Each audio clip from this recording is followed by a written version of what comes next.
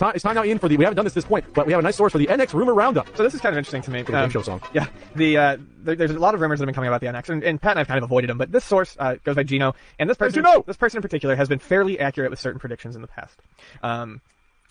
What they outline is kind of interesting, but it only sounds like half of what's to come. But it kind of details the handheld portion of this, that basically this thing is going to have a wireless HDMI adapter that plugs in flush to the back of the system, that you would pop it out, and you would put it into any HDMI-capable device, and it would stream wirelessly to the TV, kind of making use of the wireless connection between a Wii U gamepad and the Wii U. That's essentially what it's Except doing. in reverse, instead of the signal coming from the system to your controller, going from the system, the handheld, to the TV. Right.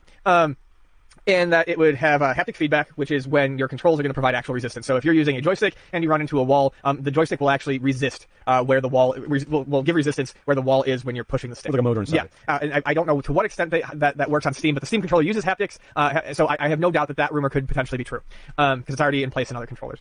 They talk about how there's going to be a lot of social integration in it. What is curious to me is that there's no mention of the media.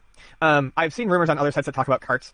They talk about how the power is going to be similar to an Xbox One. You're not going to put games, though, that play on Xbox One and PS4 on a cartridge like you would a handheld. No, I think the cartridge thing, I don't understand how that makes any sense. Neither do I. Besides it being probably as strong in terms of hardware, in terms of power as an Xbox One or PS4, is that supposedly one developer said it's the easiest device, one third party said it's the easiest device we've ever developed for. You just take your code, compile it, and it works.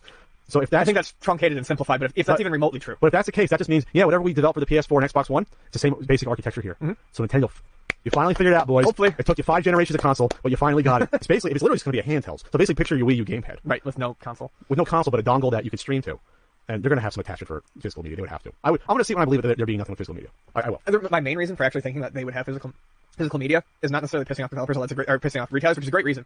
It's that Nintendo has been one of the only companies to consistently include backwards compatibility for one generation, which sure. each of their consoles starting with the Wii. That's a great point, and that could be their olive branch to people that just bought their Wii U the past year, especially with the games that came out the past year and a half, like Mario Kart last year and a half, right? Zelda's coming out later this year. The upcoming Star Fox. So this is fucking Christ. I mean, let's just make out. So this is their olive branch saying, guys, we know you just bought this Wii U.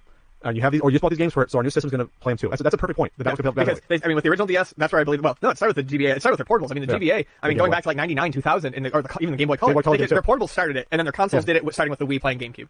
Yeah, it makes sense. And maybe it won't be a full. It has to be the same media, right? It has to be. They're going to have an add-on. If it's not going to be in the console itself, like a slide door thing, like a PSP, they're going to have a little disk drive. It's going to cost them $10 to make a little add-on disk drive. It's going to be a USB little $10. It'll read your Wii U games. It'll cost them nothing. Like I said, a set-top box that's similar to the Wii U, only it's going to be much more simplified. It's simply going to exist to read the game and stream it.